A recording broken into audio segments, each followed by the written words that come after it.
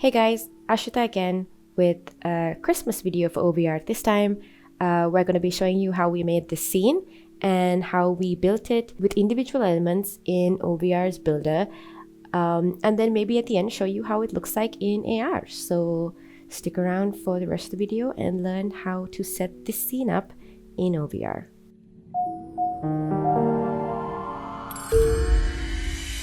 Just a quick update on what OVR is for anybody who's just tuning in for the first time. OVR is an AR platform which has hexagonal shaped lands across the whole world that you can purchase and create whatever AR experiences you want on the land that you purchase. They have worked with us before and we have done a video for them. You can find on our channel that kind of goes through all the basics of the software, and this time we're going a little bit further and using the land that they gave us to create a festive Christmas scene. So check them out, all the links are in the description, and let's get on with the video. First, we had our 3D artist Pasandu work on the scene from scratch. He designed it himself and then got straight to modeling. And what we were looking for was kind of a slightly fantastical scene with a bit of magic to it, as well as the classic Christmassy look. So we went for a bunch of snowmen, snow people, a really pretty Christmas tree that's all decorated up, a lot of snow, and then some magic. And in the end, we ended up with this scene with a large Christmas tree, as well as these ginormous floating snowman heads that we thought just looked really cool and might look even cooler if it's floating around in AR as well. So this is how the time lapse for all the modeling sort of went. So what we're going to look at now is trying to import each individual object from what we have created here and sort of recreate this scene in OVR using its 3D space. So let's get right into that now. Okay, so first we're gonna go ahead and log into our account in the OVR builder and then create a new project. It should open to a screen like this. If you want to know how to navigate through this interface and to understand all the working parts of it a bit better, we have another video out already. Add a link here so that you guys can go and watch that first and then come back to this part. So what we're going to do first now is to go ahead and open My Assets and one by one bring in each of the individual models that we have into this little window here. So instead of just bringing in the whole scene like we did the last time when we were showing you how to use OVR, this time we've saved all the objects as separate assets, and I'm just going to go ahead and import them. Unfortunately, OVR Builder does not currently support multiple files being brought in at once, so you're just going to have to painstakingly bring them in one by one. So let's go ahead and do that. Alright, so now we've got all of our elements in our library, and I'm going to go ahead and bring in the last element that I forgot, the flow for the scene, and I'm just going to start with that. I'm going to drag and drop it onto the scene.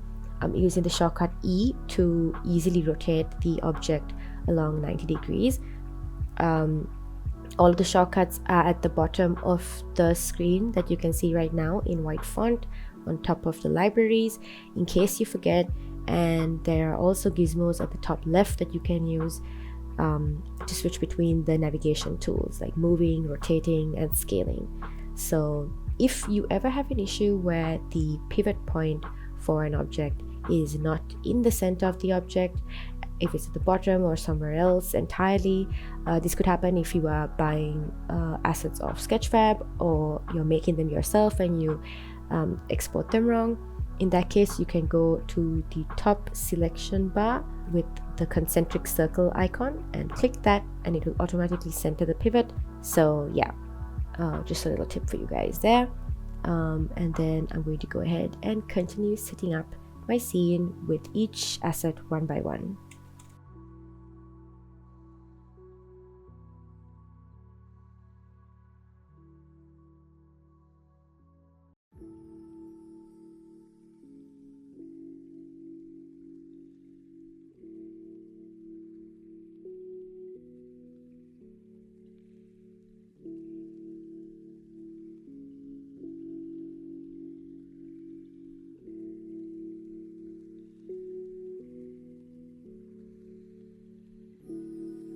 So while I'm also doing this, I'm going to go ahead and select all the objects that I have that have animation in them, and going to the bottom properties tab and turning on animation in the loop animation option for all the objects that actually do have animation baked into them prior to exporting.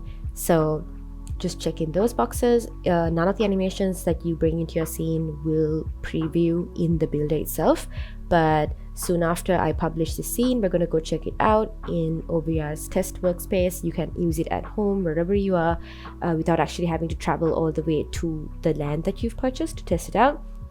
Alright, so you're going to log into the OVR app itself, and at the bottom bar, click on the 3D cube and open the user workspace.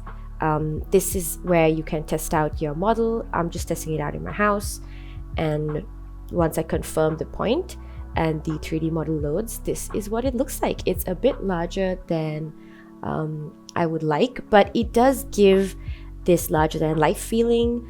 It feels like you've walked into this pretty creepy fantasy wonderland setting, and I think it looks kind of cool. So here's the recording that I took from my phone just to test it out. All the animations are working well, which is great too. Since everything was working okay, I'm gonna go ahead and go back to the builder and start adding some lights in the scene. We're going to start with the point light. As soon as you drop it into the scene, you should see this sort of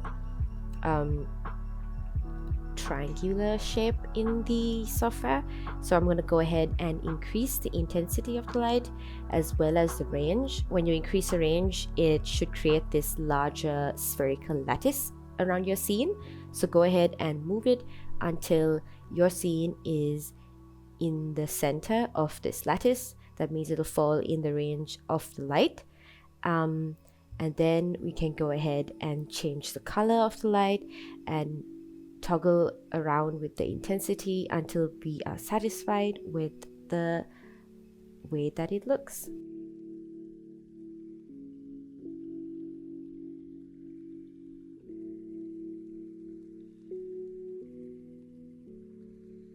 I'm also going to go ahead and add an ambient light just so that we can get rid of a little bit of the overwhelming whiteness of the scene since there's a lot of snow. An ambient light generally changes the overall lighting of a scene. So you can see when I change the color, it affects almost all of the objects in the scene equally. So I'm going to reduce the intensity but keep some tint of the color available in the scene so it doesn't look so flat and white. And I tested the footage again in my house just to see what the lighting looks like, and once it loads you can see it kind of turned out pretty cool. It is a little harsh, but since it is my first time lighting a scene in OVR and also understanding how the lights worked in the scene, I gotta say it's not too bad. Of course I'm gonna have to go back to the drawing table and adjust these values here and there just to for the final look before we go to the land and see what it looks like in the space that OVR let us have. But just for now, it's a pretty good test run, and I'll show you guys what it looks like finally when we go to the land and set it all up. So here we are at the land, and I'm just opening the app and checking out the experiences that are available in the area. If there is an AR experience around you, you should get this pop-up once I say okay to the experience found pop-up. You can see that it starts to load the scene that we have, and it looks so cool. I like how large it is. Unfortunately we had to go during daytime because my camera wouldn't recognize the experience in the dark, so it did lose a little bit of the magicness since it's a little bright outside, but you can see the rest of the team in the background there. But I think the size and scale did kind of make it a bit more cooler. I couldn't have been more excited with the results. The animations were great.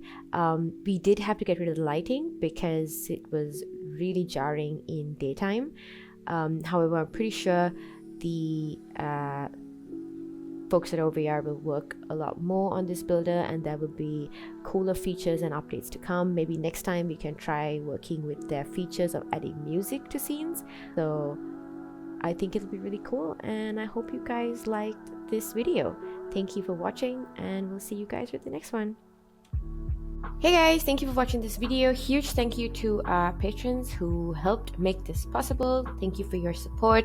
If you also want to support yourself, you can join us on our Patreon. We also have a cool Discord channel for creatives just like us to join and collaborate. So see you guys there if that interests you.